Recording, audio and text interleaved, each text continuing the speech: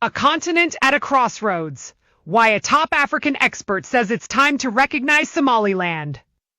In a development that promises to reshape one of Africa's most protracted political dilemmas, a leading voice on continental border policy has issued a compelling call for the international recognition of Somaliland.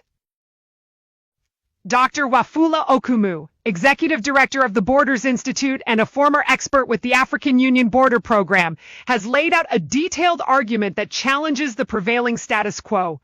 His analysis, grounded in historical precedent and a pragmatic assessment of current realities, presents Somaliland not as a secessionist problem but as a unique case of a nation restoring its sovereignty. This endorsement marks a pivotal moment, arguing that recognizing Somaliland would not break the African Union's core principle of respecting colonial borders. It would uphold it by applying the rule of law consistently and justly. The core of Dr. Okumu's legal argument hinges on a critical distinction. Somaliland is seeking a reversion to sovereignty, not secession. It is an effort to restore the borders of the former British Somaliland Protectorate, a territory that was internationally recognized before it voluntarily entered a union with Italian Somaliland in 1960 to form the Republic of Somalia. When that union dissolved in the chaos of Somalia's civil war, Somaliland reclaimed its independence based on its pre-1960 borders. This narrative aligns directly with the AU's foundational principle of ut possidetis, which sanctifies the colonial borders inherited at independence. To recognize Somaliland, therefore, is not to redraw the map, but to acknowledge a historical reality that predates the failed union.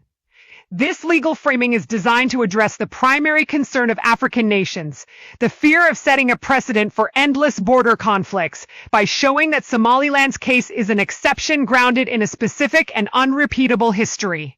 Beyond the compelling legal theory, the argument for recognition is powerfully reinforced by Somaliland's tangible achievements in self-governance. For over 3 decades, in the face of international indifference, the people of Somaliland have quietly built one of the most stable, democratic, and resilient political entities in the Horn of Africa. They have held multiple peaceful transfers of power through credible elections, maintained internal security, and fostered a functioning economy. This stands in stark contrast to the prolonged instability experienced in the region.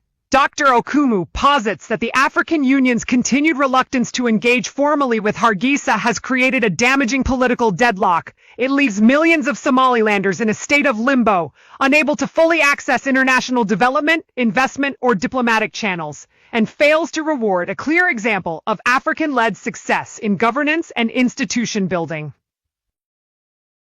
Ultimately, this moment presents a critical test for the African Union.